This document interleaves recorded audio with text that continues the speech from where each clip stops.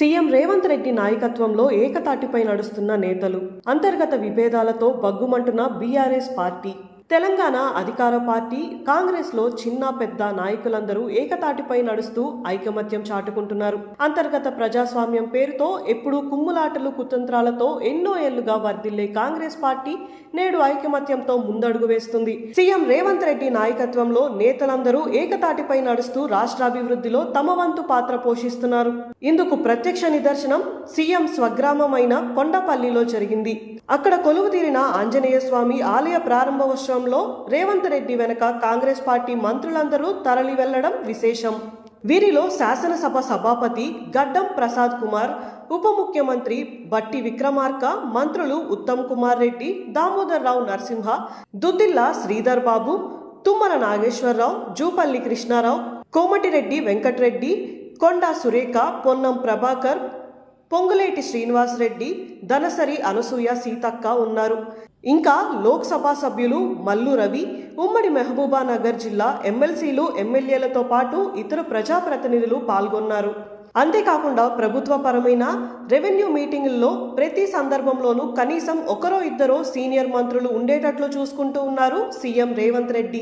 Congress party నేతలందరూ ఐక్యతగా ఉండడం, ఒకటే మాట ఒకటే బాట అంటూ సీఎం రేవంత్ రెడ్డి మార్గదర్శకంలో ముందడుగు వేయడం చూస్తున్న బీఆర్ఎస్ పార్టీ నేతలు ఆత్మ పరిశీలనలో పడ్డారని అంటున్నారు. ఎందుకంటే ప్రస్తుతం ఆ పార్టీలో కీలక నేతలు కీచులాటలు విభేదాలతో రోడ్డున పడుతున్నారు. దీనికి ఎవరు కారణం? 2 దశాబ్దాలుగా లోపల ఎన్నో ఉన్నా కలిసికట్టుగా కనిపించే బీఆర్ఎస్ ఈ మధ్య అనేక పవర్ సెంటర్లో ఉక్కిరిబిక్కిరవుతుంది. ముఖ్యంగా కేటీఆర్ ఒంటెత్తు విధానాల వల్ల పార్టీకి దుస్థితి దాపురించింది అని చెబుతున్నారు. వరంగల్ సభలో కేటీఆర్ తప్ప మరొకరి ఫోటో ఎక్కడా కనిపించట్లేదు. కనీసం స్థానిక నేతలు సభని నిర్వహించిన వారి ముఖాలు కూడా ఒక్క పోస్టర్లో కూడా కనిపించలేదు. అన్నిటికీ మించి బీఆర్ఎస్ పార్టీలో కీలక నేతలుగా ఉన్న హరీష్ రావు, కవితల ఫోటోలు రజతోత్సవ వేడుకలు వేదిక బ్యాక్డ్రాప్ పై కనిపించకపోవడం తీవ్ర చర్చాస్తనీయంగా మారింది. దీంతో వారిద్దరూ తీవ్రంగా నొచ్చుకున్నారు. సొంత నిర్ణయాలు తీసుకుంటున్నారనే ప్రచారం జోరందుకుంది. ఈ క్రమంలో హరీష్ రావు బీజేపీలోకి వెళతారు అని, లేక సొంత పార్టీ పెడతారని ప్రచారం జరుగుతుంది.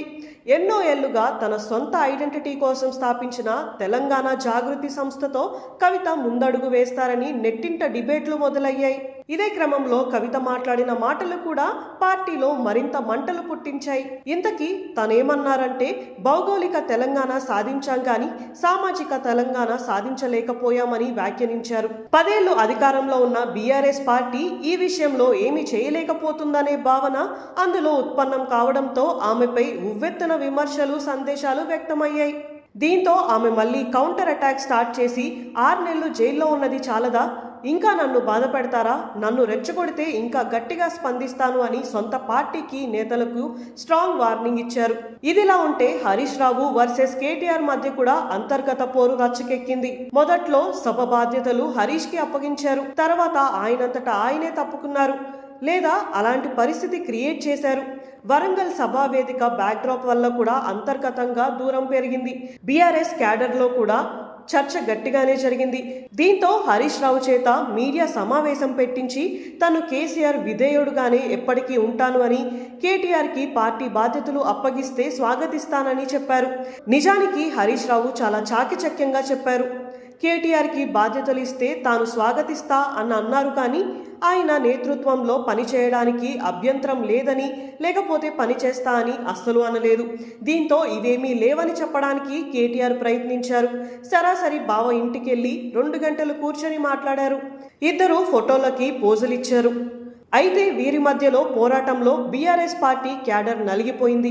కాకపోతే ఇప్పుడు బీఆర్ఎస్ పార్టీ ఎలా ఉందంటే, అవకాశం కోసం చూసేవాళ్ళు కొందరు కవిత వెనక చేరారు. హరీష్ రావు మాట వినే నేతలు కొందరున్నారు, కేటీఆర్ వెనక కొందరున్నారు. వీరిలాగే 3 పడవలపై వెళితే ఏనాటికైనా పార్టీ 3 ముక్కలవ్వడం ఖాయమని సీనియర్లు వ్యాఖ్యానిస్తున్నారు. ఇందుకు భిన్నంగా అసలు తన ఒరిజినల్ లక్ష్యానికి దూరంగా కాంగ్రెస్ రేవంత్ రెడ్డి నాయకత్వంలో ఐక్యతా రాగం వినిపించడం రాష్ట్ర రాజకీయాల్లో ఆసక్తికర పరిణామం.